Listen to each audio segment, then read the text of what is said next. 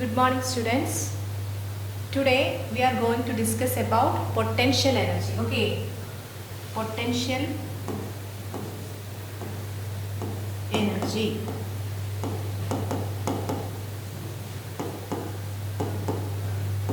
Before that, tell me the different forms of energy that you know. Okay, energy can be divided into different types. Tell me the names of energy that you know. Yes, heat energy. Heat energy is one form of energy. Then chemical energy. Yes. Then mechanical energy. Then solar energy, wind energy, tidal energy. Okay, all these are different forms of energy. So today we are discussing about potential energy. Okay, so mechanical energy is mainly classified into two types. What was them? One is the kinetic energy and the second one is the potential energy. Okay, we had already studied about kinetic energy.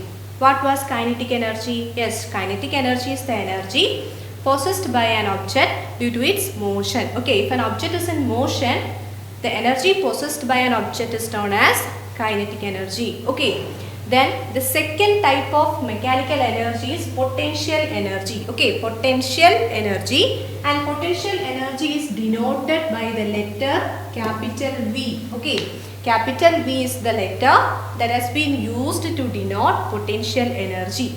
So what will be potential energy? Potential energy is the energy possessed by an object due to its position. Okay. So if there is a position for an object, or if there is a height for an object with respect to ground, that object will possess an energy and that energy is termed as potential energy.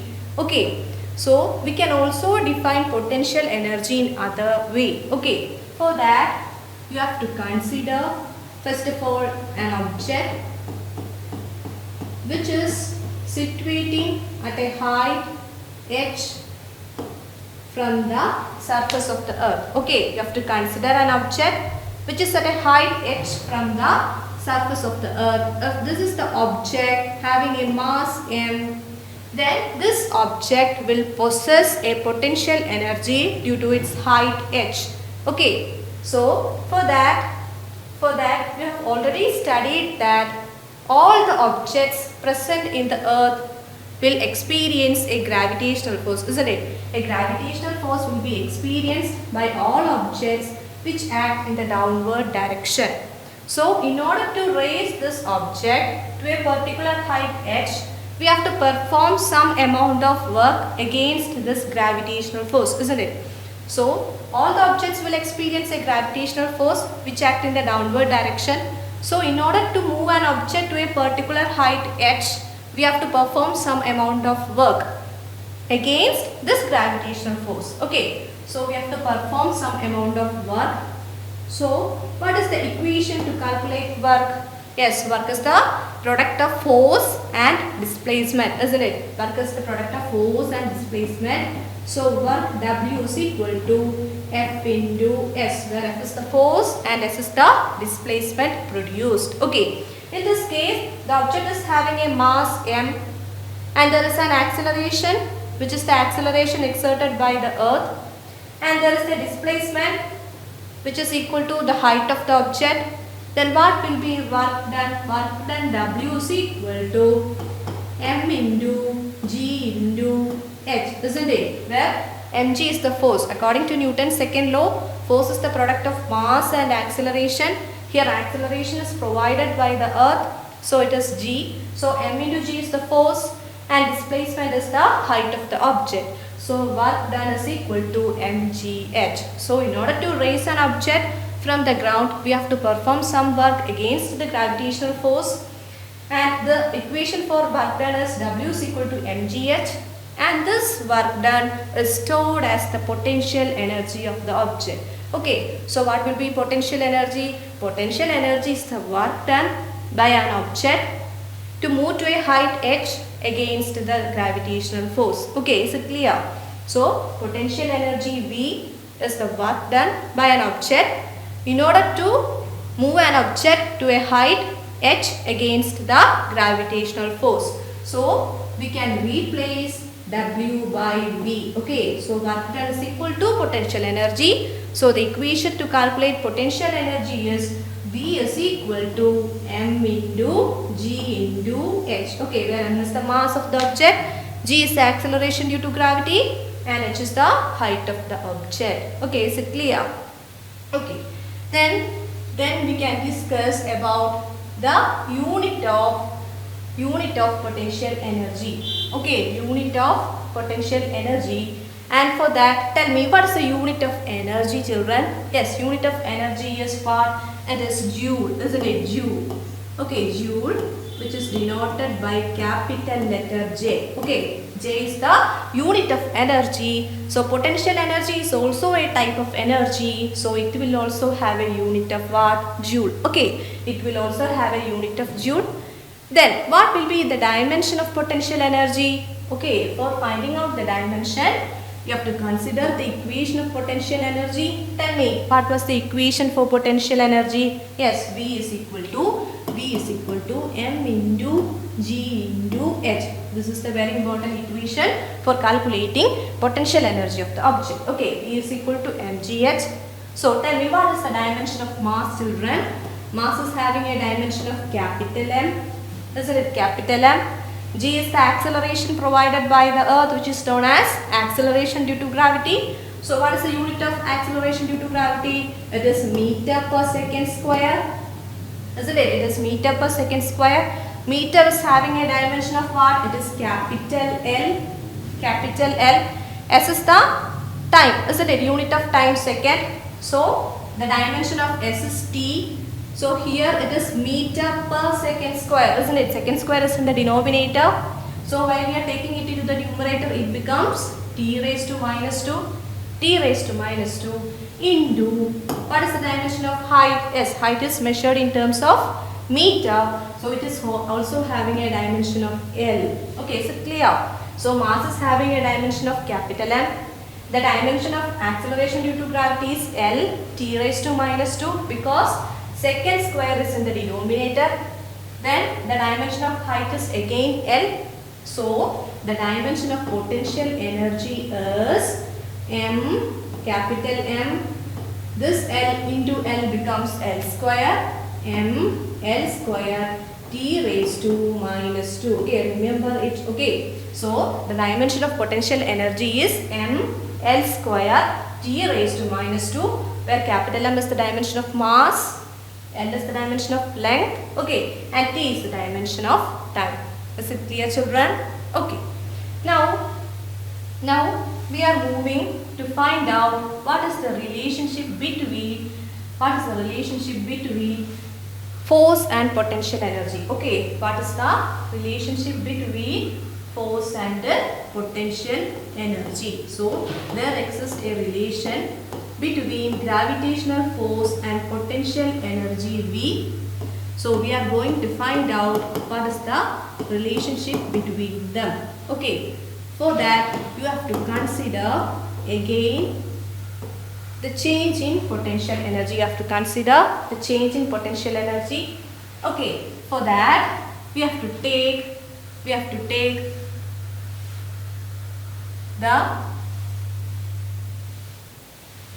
change in potential energy with respect to height. Okay, we have already said that potential energy is the energy possessed by an object due to its height h. Okay, so change in potential energy should be measured in terms of what? It should be measured in terms of height. So dV by dH means change in potential energy with respect to its height. Okay, we are taking negative change in potential energy with respect to height h. So which is equal to, tell me, minus d divided by dH of V. What is V, children? V is the equation for potential energy, which is equal to what? M into G into H. M into G into H. Okay. So we are taking the negative derivative or negative change in potential energy with respect to the height h. Okay. So minus dV by dH is equal to minus d divided by dH of what? V. We are replacing V. That is the equation for potential energy as mgh. Okay, we are replacing V by mgh. So it becomes, we are taking this mg, that is the force mg. Mg is the force which is acting in the downward direction, isn't it? It is the force exerted by the earth. So we already know that when the force is acting in the downward direction, we should put a negative sign. Why we are putting a negative sign? We are putting a negative sign because the force is acting in the downward direction. Okay, minus mg into, what is remaining? Minus d divided by dH of what? H. Okay, minus d divided by dH of H. So look here, in the numerator it is dH, in the denominator it is again dH. So we can cancel both of them. So we get minus of minus mg, isn't it? Minus dH by dH is minus 1. So it becomes minus of minus mg, which is equal to, minus into minus is what? It is plus. So plus mg. What is mg? Mg is again force. So what is the relationship between force and potential energy? So the relationship between gravitational force F and the potential energy V is that force is the negative derivative of potential energy. Okay, negative means this minus sign, derivative means change with respect to H. So gravitational force F is equal to minus dV by dH. That is, gravitational force is the negative derivative of potential energy. Okay, this is the relationship between gravitational force and potential energy. Okay, so now we can look how the gravitational potential energy is related to the kinetic energy. Okay, there is a relationship between gravitational potential energy and kinetic energy. Okay, we can see what is the relation between them. Okay, the relation between kinetic energy and potential energy. Okay, the relation between kinetic energy and potential energy. Okay, so in order to find out this relation, again we have to consider what? Again we have to consider an object. Okay, again we have to consider an object which is at a height h from the surface of the earth. Okay, again you have to consider an object which is at a height h from the surface of the object. Okay, so this distance, okay, this distance is h. This distance is h. Okay, that is height of the object, and the object is having a mass of m. Okay, the object is having a mass of m. So this is the object having a mass of m. Okay, the object is having a mass of m. So this is the object having a mass m. Okay, a mass m. So here we have considered an object which is at the surface of the earth. We are moving this object with a mass m to a height h. So surely we have to perform what? Some kind of work, isn't it? We have to perform work, and this work is what? It is the potential energy. Okay, it is the potential energy. So we know that the equation, okay, the equation for potential energy is what? V is equal to m into g into h, isn't it? The equation for potential energy is mgh. Since this object is at a height h from the ground, this object is possessing some potential energy, and the equation for potential energy is V is equal to mgh. Okay, then in the second case, we allow this object to fall down. Okay, initially the object was at a height h. In the second case, we allow this object to fall down. Okay, to come to the ground. Okay, the object is coming to the ground. So the object will surely possess a velocity, isn't it? For movement there should be velocity. So the object is having a velocity v. So the object is in motion. So surely it possesses what? Yes, we have already studied that the objects in motion possess kinetic energy, isn't it? Kinetic energy. Here the object is in motion because it is having a velocity v. So surely it will have kinetic energy. Then tell me children, what was the equation for kinetic energy? Yes, that is half into m into v square, isn't it? Half mv square is the equation for kinetic energy. So this equation can be taken as equation number 2. Okay, in the initial case the object was at a height h having a mass m. So the object is at rest. So it doesn't have any kinetic energy. In the first case kinetic energy is 0 and the object is having only potential energy, that is v is equal to mgh. Now in the second case we had allowed the object to fall down. Okay, the object is coming to the ground.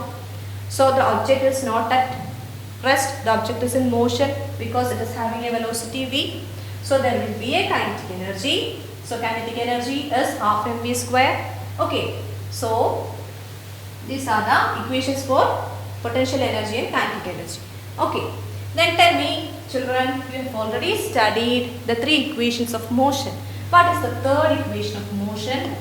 The third equation of motion is v square is equal to, tell me, u square plus 2 into a into s, isn't it? V square is equal to u square plus 2as, where v is the final velocity, u is the initial velocity, a is the acceleration and s is the displacement. Okay, so look here, the object is coming to the ground or the object is falling down. So whether the object possesses an initial velocity?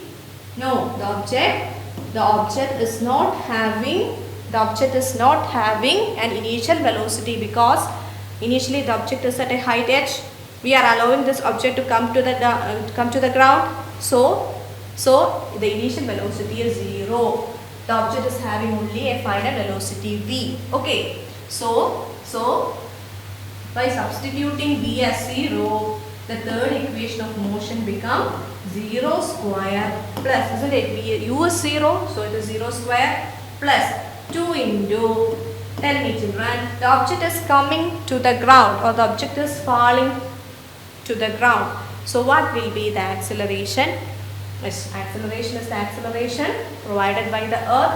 And tell me what is the symbol for it? It is g. Okay, it is g. So it is g, 2 into g into what is the displacement here? Yes, the object is at a height h. So surely when it comes down to the ground or when it falls down, the displacement is that what? Yes, displacement is that height itself. So it is h, isn't it? H. Okay, so according to the third equation of motion, v square is equal to u square plus 2as. Okay, here the object is coming to the ground, so the initial velocity is 0. The acceleration a is the acceleration provided by the earth with it, which is g, and the height is the displacement in this case. So the third equation of motion becomes v square is equal to 0 square plus 2 into g into h. Okay, v square is equal to 0 square plus 2gh. So we get v square is equal to 0 square is what? It is 0, which is equal to 2gh. Okay, v square is equal to 2gh. So this is equation number 3. Okay, this is the equation number 3. So the first equation is the equation for potential energy, that is v is equal to mgh. The second equation is the equation for kinetic energy, that is half mv square. And the third equation we had obtained from the third equation of motion, that is v square is equal to u square plus 2as. Okay, so by substituting u as 0, a as g and s as h, we get v square is equal to 2gh. Okay, v square is equal to 2gh. Now we have to substitute equation 3. We have to substitute equation 3 in equation number 2. Okay, we have to substitute the third equation in the second equation. Okay, then tell me what happens to the kinetic energy? Kinetic energy is equal to, tell me, yes, half into m into v square, isn't it? Half into m into v square. From equation 3, okay, from equation 3, v square is 2gh. So we have to replace v square by what? Yes, v square by 2gh. Okay, we are replacing v square by 2gh. Okay, tell me children, we can cancel which terms together? There is 2 in the numerator, there is again a 2 in the denominator. So we can cancel these two terms, isn't it? 2 by 2 is 1, so we can cancel it. So it becomes m into g into h. Okay, m into g into h. This is equation number 4. Okay, this is equation number 4. Now look at equation number 1 and equation number 4. Can you find any kind of relationship, children? Can you find out any kind of relationship that exists between the potential energy V and the kinetic energy? Okay, yes, the two equations are same, isn't it? So we can say that kinetic energy of an object is equal to potential energy of an object, which is equal to mass into acceleration into height. Okay, kinetic energy is equal to potential energy is equal to m into g into h. So this is the relationship between kinetic energy and potential energy. Okay, so in the initial case, when an object is at a height h, due to its height h, the object is having potential energy. In that case, the kinetic energy is 0 because velocity is 0. When this object which is at a height h is allowed to come to the ground, or when we allow them to fall down, the object attains a velocity. Okay, so it has a kinetic energy. So when the object is falling down to the earth, this potential energy changes to our kinetic energy. Okay, so when an object is at a height h, it has a potential energy, and the object comes down to the earth, this potential energy gets converted into the kinetic energy of the object. That is why we can say that kinetic energy is the same as potential energy, which is equal to m into g into h. Okay.